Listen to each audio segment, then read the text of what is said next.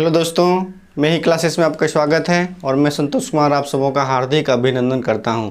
दोस्तों, आज हम लोग जानेंगे हर्यक वंश से संबंधित बहुत ही इम्पोर्टेंट टॉपिक को, जो कि एग्ज़ाम में प्रायः यहां से क्वेश्चन आते ही आते हैं। हर्यक वंश का संस्थापक बिंबिसार था, जो कि हम लोग बैक क्लास में पढ़ चुके हैं दोस्तों। इसके बाद मगध पर जो है बिंबिसार का पुत्र अजातशत्रु बैठता है। इसके बाद अजातशत्रु का पुत्र उदयन, इसके बाद जो है मगध पर शिशुनाग वंश स्थापित होता है और शिशुनाग वंश के बाद जो है नंद वंश स्थापित होता है। आइए दोस्तों, इसके बारे में हम लोग बहुत ही आसानी से इसके बारे में जानते हैं। अजातशत्रु का कार्यकाल दोस्तों 492 ईसा पूर्व से 460 ईसा पूर्व तक रहा। अजातशत्रु का कार्यकाल 492 ईसा पूर्व से 460 ईसा पूर्व तक रहा। इसके बाद उदयन 460 ईसा पूर्व से 444 ईसा पूर्व तक इसका कार्यकाल रहा। इसके बाद शिशुनाग वंश मगध पर स्थापित होता है, जिसका कार्यकाल जो है दोस्तों 412 ईसा पूर्व से 445 ईसा पूर्व तक रहा। इसके बाद नंद वंश मगध पर स्थापित होता है, जिसका कार्यकाल जो है दोस्तों 344 ईसा पूर्व से 322 तक इसका कार्यकाल रहा। तो दोस्तों आइए समझते हैं। अजातशत्रु हर्यक वंश का जो संस्थापक था बिंबिसार, हर्यक वंश का संस्थापक बिंबिसार था। उसका ही पुत्र अजातशत्रु बिंबिसार की हत्या करके वह मगध की गद्दी पर बैठता है। अजातशत्रु अपने पिता की हत्या करके शासक बनता है और कौशल तथा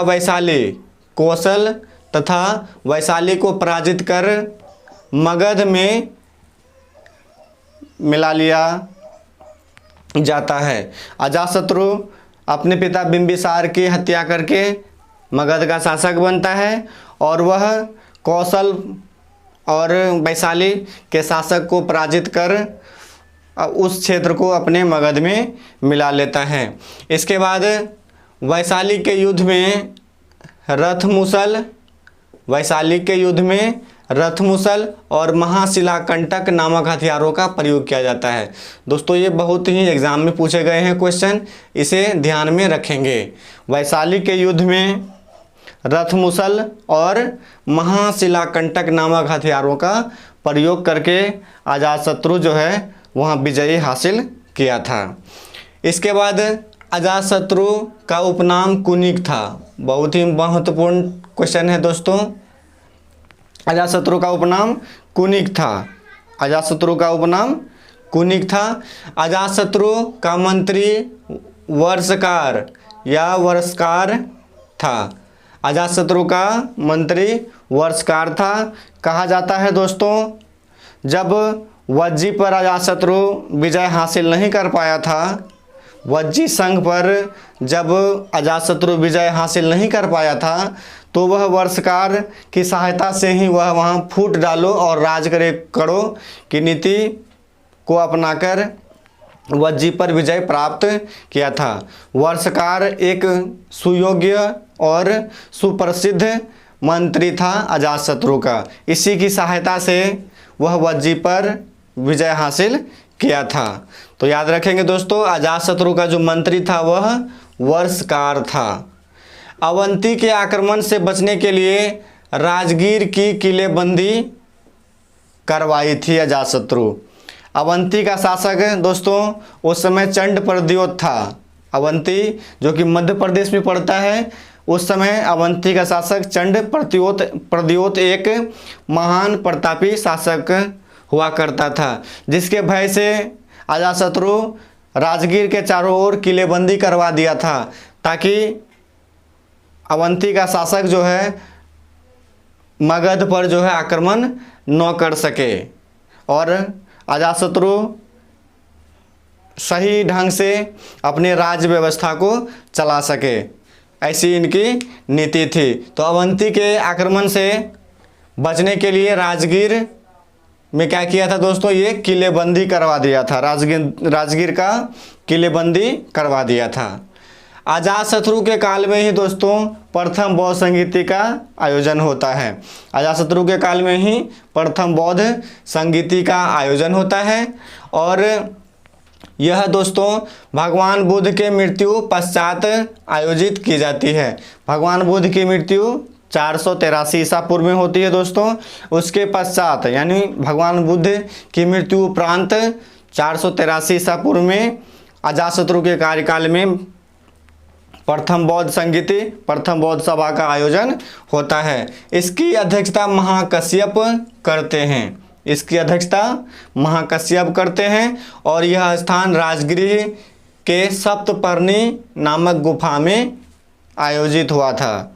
यह जो प्रथम बौद्ध संगीति हुआ था दोस्तों, यह राजगीर के यानी राजगृह के सप्तपर्णी गुफा में आयोजित हुआ था। अध्यक्षता सब महाकश्यप ने की थी और शासनकाल था अजातशत्रु का। इसके बाद अजातशत्रु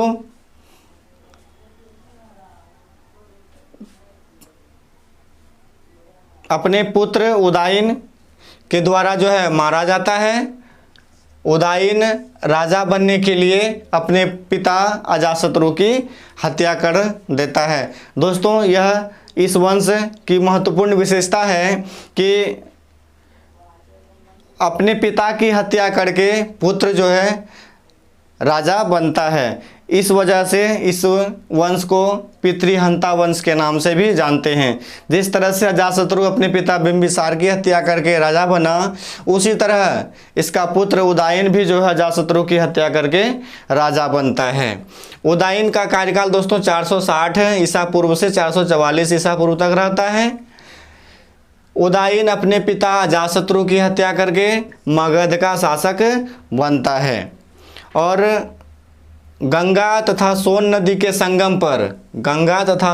के संगम पर पाटलिपुत्र नामक नगर की स्थापना करता है। दोस्तों बहुत ही इंपॉर्टेंट टॉपिक है, क्वेश्चन है ये एग्जाम में, यहाँ से क्वेश्चन आते हैं। गंगा तथा सोन नदी के संगम पर उदयन क्या किया, पाटलिपुत्र नामक नगर की स्थापना की। उदयन ने मगध की राजधानी पाटलिपुत्र को बनाया। उदयन ने मगध की राजधानी किसे बनाया, पाटलिपुत्र को बनाया। चूँकि दोस्तों हम लोग जानते हैं मगध की राजधानी राजगृह हुआ करता था। बिंबिसार के काल में भी मगध की राजधानी राजगृह, अजातशत्रु के काल में इसकी राजधानी राजगृह। लेकिन जैसे ही उदयन अपना राजगद्दी संभालता है तो अपने राजधानी को वह राजगृह से बदलकर कहाँ करता है, पाटलिपुत्र कर देता है। तो उदयन ने मगध की राजधानी पाटलिपुत्र को बनाया। इसके बाद दोस्तों हर्यक वंश का अंतिम शासक नागदशक होता है। हर्यक वंश का अंतिम शासक नागदशक होता है, जो कि एक कायर और निष्ठुर शासक हुआ। लेकिन उसका जो मंत्री था, अमात्य था दोस्तों, वह शिशुनाग था। हर्यक वंश का अंतिम शासक नागदशक हुआ, जिसका कि मंत्री शिशुनाग था। वह शिशुनाग करता क्या है, नागदशक की हत्या कर देता है और अपने नाम से जो है मगध पर शिशुनाग वंश की स्थापना करता है। शिशुनाग नागदशक का अमात्य था यानी मंत्री था। शिशुनाग नागदशक का कौन था, मंत्री था, जिसने नागदशक की हत्या करके शिशुनाग वंश की स्थापना मगध पर करता है। राजधानी वैशाली को बनाता है। शिशुनाग जैसे ही शिशुनाग वंश का स्थापना करता है तो वह तुरंत क्या करता है, अपनी राजधानी को परिवर्तित कर देता है। पाटलिपुत्र से वह वैशाली कर देता है। शिशुनाग वंश का राजधानी क्या हो जाता है दोस्तों, वैशाली। याद रखेंगे दोस्तों, उदयन पाटलिपुत्र को राजधानी बनाता है और जैसे ही शिशुनाग शिशुनाग वंश का स्थापना करता है तो वह राजधानी पाटलिपुत्र से चेंज करके वह वैशाली को बना देता है। शिशुनाग का उत्तराधिकारी कालाशोक हुआ, जिसे काकवर्ण के भी नाम से जानते हैं। शिशुनाग का उत्तराधिकारी कालाशोक होता है, कालाशोक होता है, जिसे काकवर्ण के नाम से भी जानते हैं। कालाशोक फिर करता क्या है दोस्तों, वह पाटलिपुत्र को पुनः मगध की राजधानी बनाता है।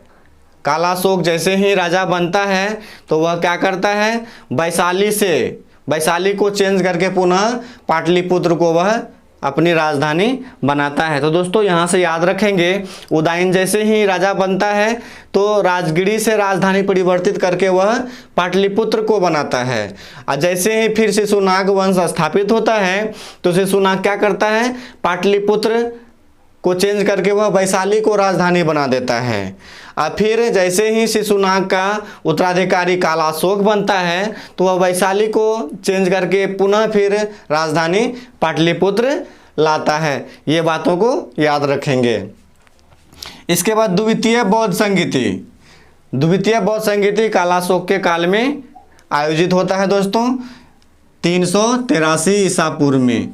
द्वितीय बौद्ध संगीति कालाशोक के काल में यानी शिशुनाग वंश के काल में आयोजित होता है, 383 ईसा पूर्व में। इसकी अध्यक्षता सबाकामी करते हैं और यह वैशाली में आयोजित होता है। द्वितीय बौद्ध संगीति वैशाली में आयोजित होता है कालाशोक के शासन काल में, और इसकी अध्यक्षता सबाकामी करते हैं। शिशुनाग वंश का स्थापना शिशुनाग करता है और उसका उत्तराधिकारी कौन बनता है, कालाशोक, जिसने वैशाली से राजधानी को परिवर्तित करके पुनः फिर पाटलिपुत्र लाता है। शिशुनाग वंश का अंतिम शासक नंदीवर्धन होता है। शिशुनाग का अंतिम शासक नंदीवर्धन होता है और नंदीवर्धन का महापद्मनंद एक अमात्य था। नंदीवर्धन का अमात्य यानी मंत्री महापद्मनंद था। नंदीवर्धन की हत्या करके महापद्मनंद नंद वंश की स्थापना मगध पर करता है। नंद वंश का स्थापना महापद्मनंद नंदीवर्धन की हत्या करके करता है। नंद वंश का संस्थापक महापद्मनंद हुआ, जो कि एक शूद्रक शासक की गिनती में आता है। यह एक ऐसा शासक था जो कि मगध पर शूद्र शासक बना था।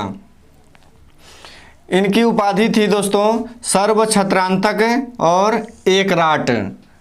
महापद्मनंद को सर्व छत्रांतक यानी सभी क्षत्रियों यानी महाराजाओं का अंत करने वाला, नाश करने वाला सर्व छत्रांतक और एकराट की उपाधि से विभूषित थे।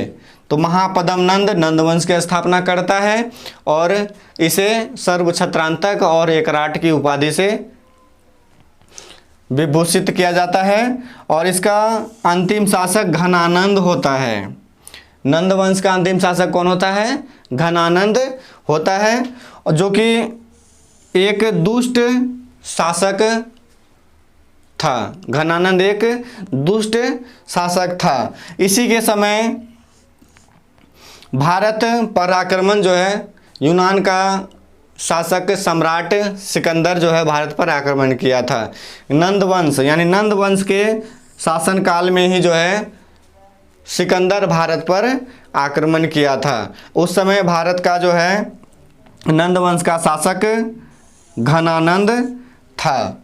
घनानंद सिकंदर का समकालीन था। किसका समकालीन था? घनानंद सिकंदर का समकालीन था। घनानंद का विनाश करके चंद्रगुप्त मौर्य मगध पर मौर्य वंश का स्थापना करता है।